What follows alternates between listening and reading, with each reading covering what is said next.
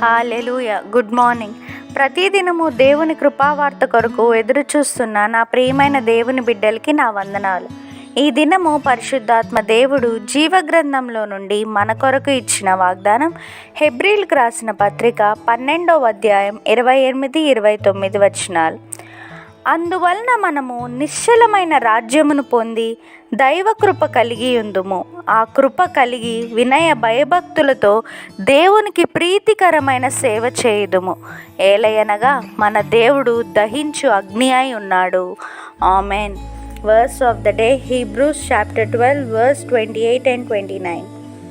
Therefore, let us be grateful for receiving a kingdom that cannot be shaken, and thus let us offer to God acceptable worship with reverence and awe, for our God is a consuming fire. Amen. ప్రభు యొక్క కృపా సమాధానాలు మీకు మీ కుటుంబానికి ఎల్లప్పుడూ తోడైండునుగాక. ఈ వాగ్దానం విన్న మీ అందరికీ శాశ్వతమైన ప్రేమతో ప్రభు ప్రేమించునుగాక. May God bless you and wipe away every tear from your face. Amen.